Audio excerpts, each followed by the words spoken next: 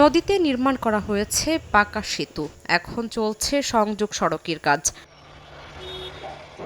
2017 সালে ঢাকা শরীয়তপুর সড়কের কোটাপাড়া এলাকার সেতুটিকে ঝুঁকিপূর্ণ ঘোষণা করা হয়। 2019 সালে এর পাশেই শুরু হয় নতুন সেতু নির্মাণ। 2022 সালের জুন পর্যন্ত প্রকল্পের মেয়াদ থাকলেও ভূমি অধিগ্রহণ জটিলতায় তা বাড়ানো হয় 2 দফা। বর্তমানে সব জটিলতা কাটিয়ে শেষ পর্যায়ে সেতুটির কাজ।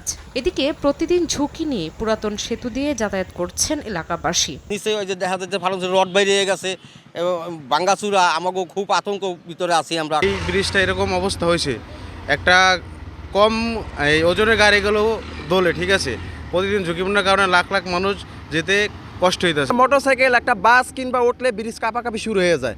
আমরা চাই দ্রুত সময়ের মধ্যে পাশে যে নতুন ব্রিজটা তৈরি করা হয়েছে এই ব্রিজটা যেন ঈদের আগে যেন ব্রিজটা খুলে দেওয়া হয়। কোনো সময় গেলেই দেখা গেল যে ব্রিজটা ভেঙে আমরা নিচে পড়ে যেতে পারি, আমরা মানে মৃত্যুর পথযাত্রী হতে পারি আর কি।